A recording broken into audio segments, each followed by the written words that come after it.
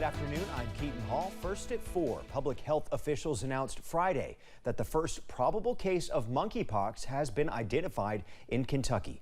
WYMT's Dakota Makris talked with an infectious disease specialist about what to look for to determine if someone you know or yourself may have monkeypox.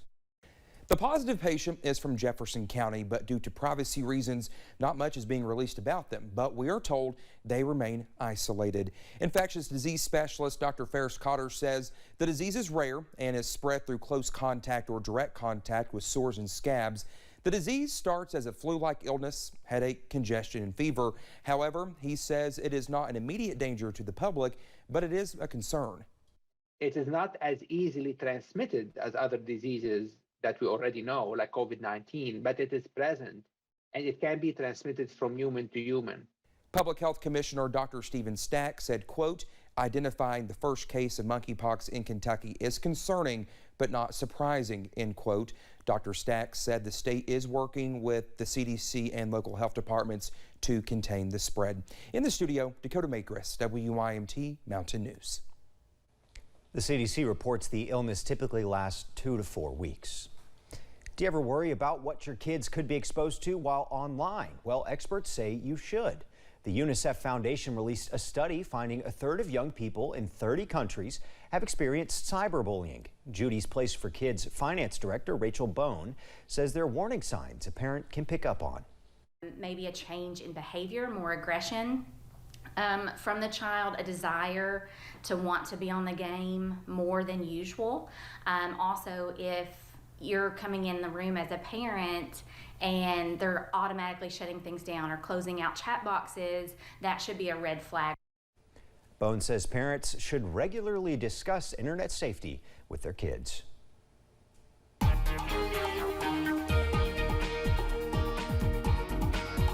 It has been a fantastic day around the mountains.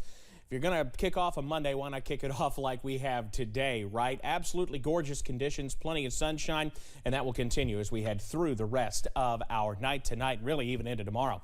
Out front right now, as we head up toward I-64 at Moorhead, all is quiet. Just a few fair weather clouds even struggling to develop this afternoon, meaning we've got plenty of high pressure in place. I mean, look at that shot from London Corbin Airport. That is the stuff of postcards out there. Beautiful conditions, 82 degrees there.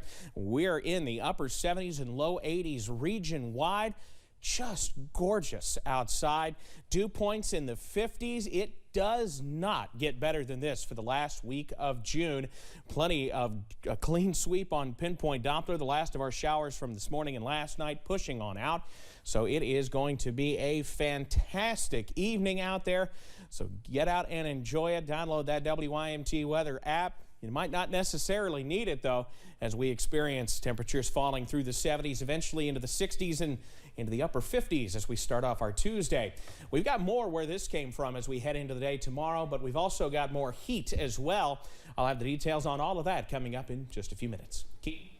Thank you, Evan. The Supreme Court has weighed in on a case that affects religious liberty in this country. It centers around a former Washington State high school football coach who prayed on the 50-yard line after games. CBS News' Skylar Henry has details on the court's decision.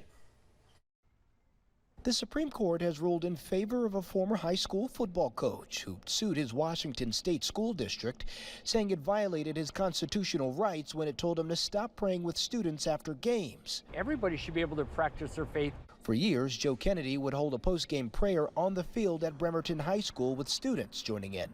But in 2015, after learning of the practice, the district sent a letter saying the activities likely would violate the First Amendment's Establishment Clause and expose the district to significant risk of liability. The school district here did just the right thing to respect and protect the rights of the kids and their parents. Writing for the 6-3 majority, Justice Neil Gorsuch stated, "The Constitution and the best of our traditions counsel mutual respect and tolerance, not censorship and suppression for religious and non-religious views alike."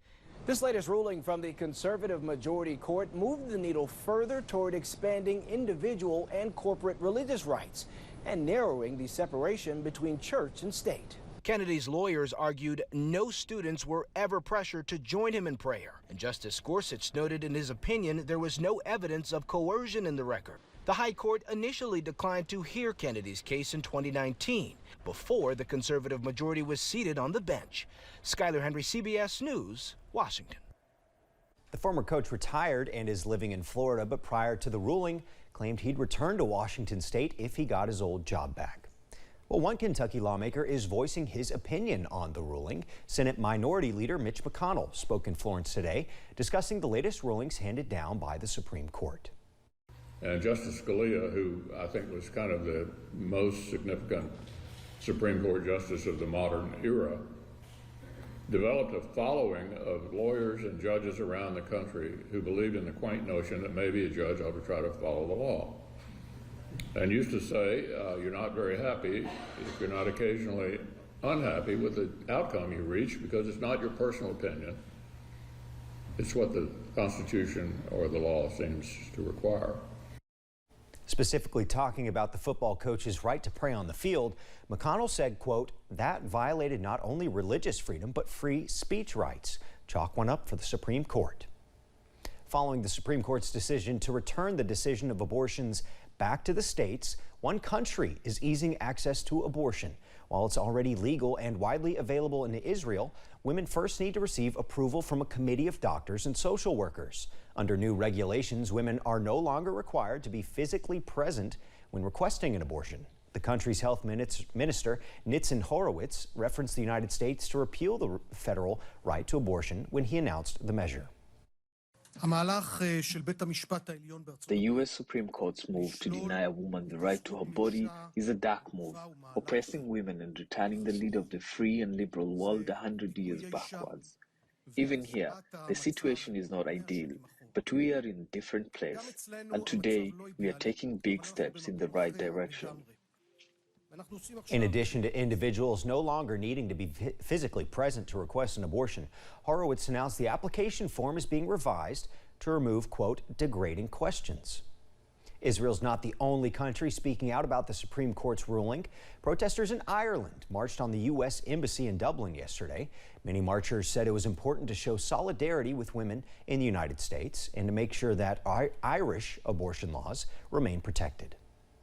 The U.S. Supreme Court is siding with two doctors in a case dealing with opioids. The doctors had been convicted of prescribing drugs without having valid medical reasons, a violation of federal law. However, the attorneys representing them appealed the convictions, saying a jury should have been able to determine whether the doctors were acting within what they thought were their professional boundaries. The government said a standard wasn't necessary. The High Court's ruling Monday was unanimous, but the justices were split in a 6-3 vote regarding the legal rationale. It was one of the many things hit by the pandemic, tours of the White House. But starting July 19th, officials say they'll be back to the full tour schedule Tuesday through Sunday. The White House hasn't had a full operating schedule since 2020 and only just added limited tours on Fridays and Saturdays earlier this year. Today, stock shares of Digital World plunged nearly 10% after news of several subpoenas were made public.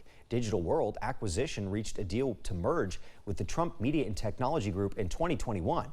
Trump's company owns Truth Social, the Twitter-like platform that the ex-president now uses due to his ban from Twitter and Facebook. Today, Digital World shared in a regulatory filing that its board members have received federal grand jury subpoenas. The filing states that the subpoenas are related due to due diligence regarding the deal and in part asks for information regarding a Miami-based venture. One of the Digital World's directors is chief strategy officer of that venture. Digital World says that the director has announced his resignation. Heading over to Wall Street on this Monday, the Dow closes down more than 39 points. We'll have more financial news in our next half hour. What led to the deaths of 21 teenagers at a South African nightclub? Police are investigating. That's next. Plus, cooler and drier air is working back into the mountains for the early part of this week. The details on that and the return of heat coming up.